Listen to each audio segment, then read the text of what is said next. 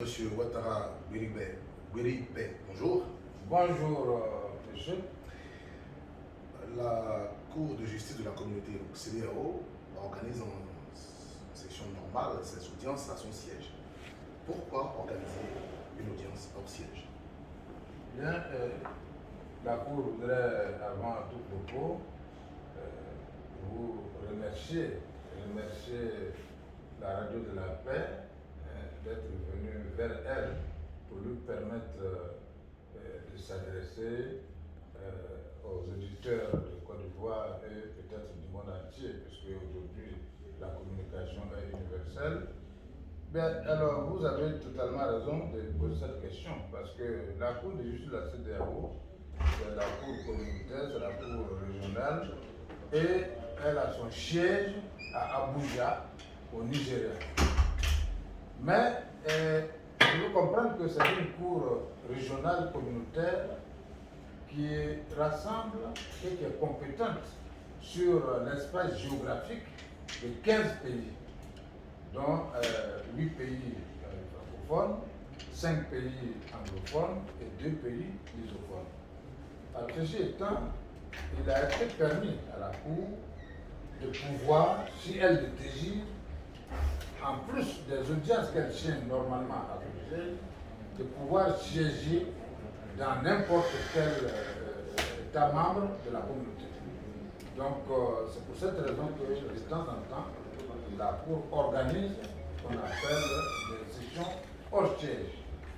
Et donc, elle se déplace avec son personnel dans l'un des pays de la CEDEAO et organise ses audiences. Ça peut être pendant un mois, ça peut être pendant 2 semaines. Et donc, elle tient normalement ses audiences comme si on était à Abuja. Mais seulement on appelle des audiences hors siège. C'est comme par exemple au plan national, vous avez une institution qui a son siège dans une localité donnée et qui décide de faire des audiences foraines et qui se déporte donc dans les localités voisines pour tenir des audiences. C'est exactement la même chose. Enfin, on peut essayer de comparer pour que les gens comprennent.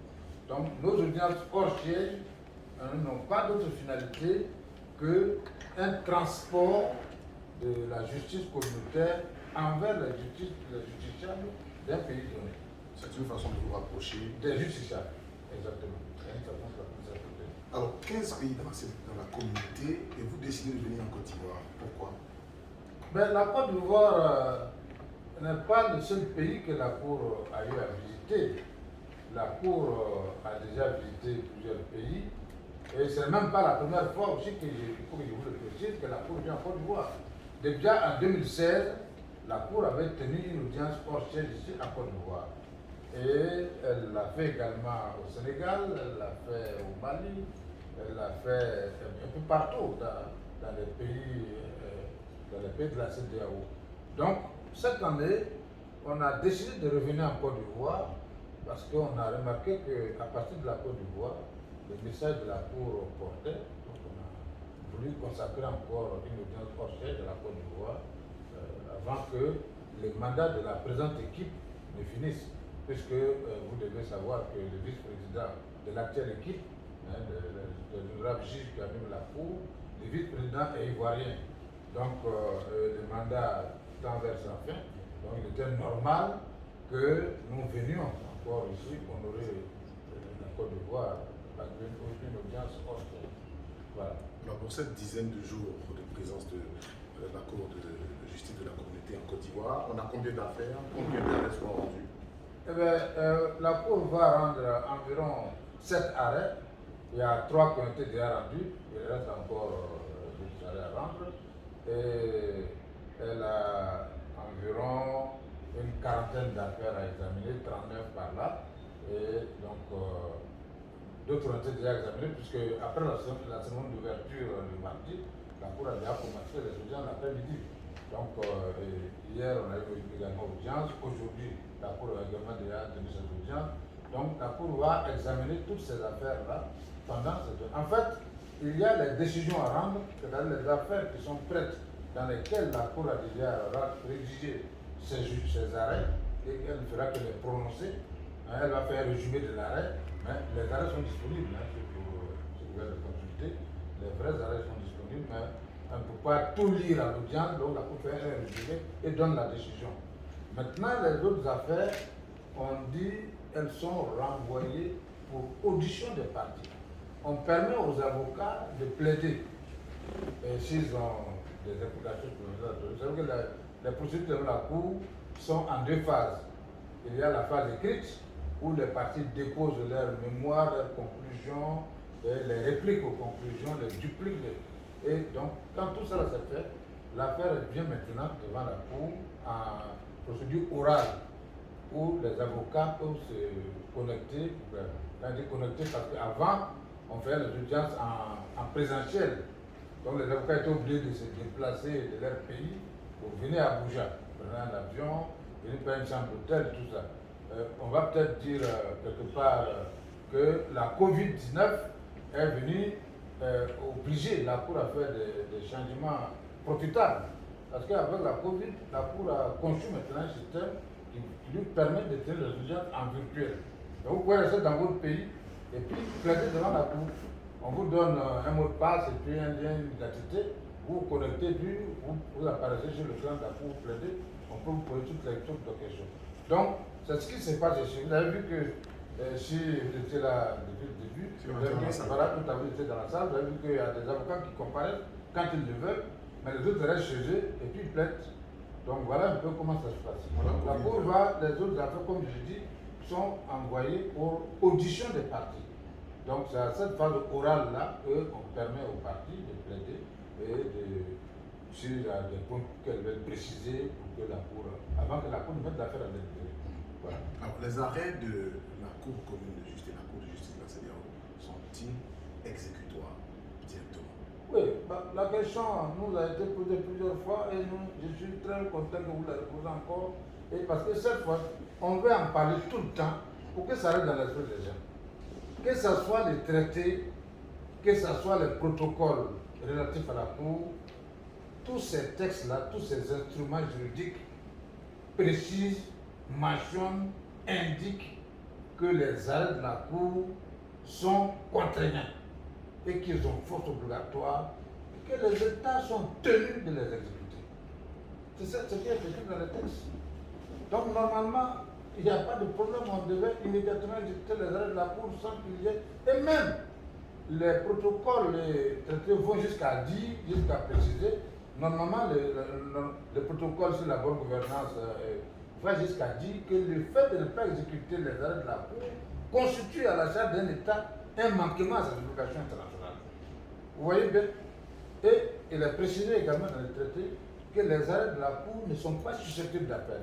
De toute façon, il n'y a même pas une cour d'appel. La Cour statue en premier et dernier ressort. Définitivement, il n'y a pas de cour d'appel où on s'en va examiner encore les arrêts de la Cour d'appel, les arrêts de la Cour de la CEDEAO. Donc voilà un peu ce que. Les textes sont clairs. Les arrêts sont contraignants, ils ont fait ce obligatoire, ils s'imposent aux États, les États sont tenus de les exécuter. Le fait de ne pas les exécuter constitue un manquement à ces obligations internationales à la charge de l'État. Qu'est-ce qu'on doit dire encore de plus pour que, enfin, les gens puissent exécuter les arrêts? Et je précise chaque fois que j'ai l'occasion d'en parler que pour moi, il n'est pas utile qu'un plaideur aille saisir une cour de justice, peu importe laquelle, qu'il s'agisse d'une juridiction nationale ou d'une juridiction internationale. Exposer des frais, obtenir une décision, peut être dans l'incapacité d'exécuter cette décision. La justice n'a pas achevé. Ça aussi, ça constitue une violation des droits de l'homme. Il vaut mieux rester chez vous que de saisir une juridiction et obtenir une décision que vous ne pouvez pas exécuter. Voilà, ça aussi c'est un problème à examiner.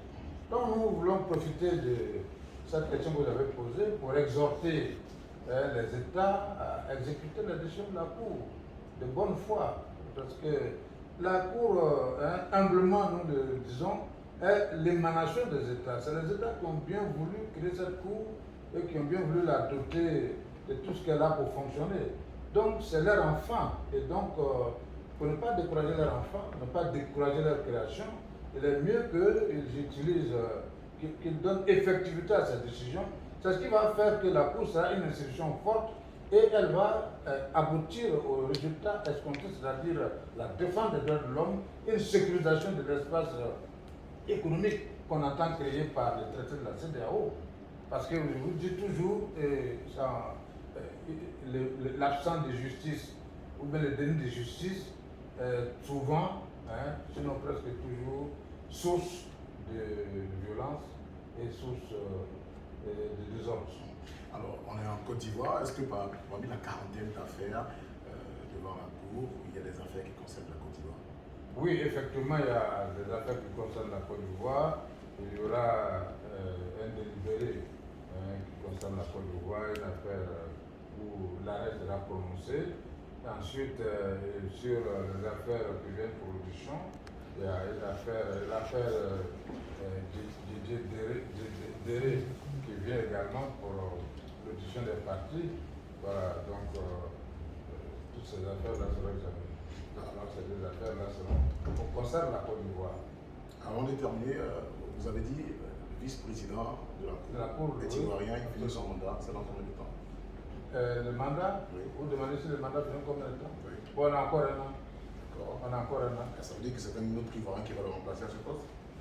Pas évidemment, parce que au niveau de la CEDEAO, vous me permettez là d'expliquer le processus, les postes sont par rotation.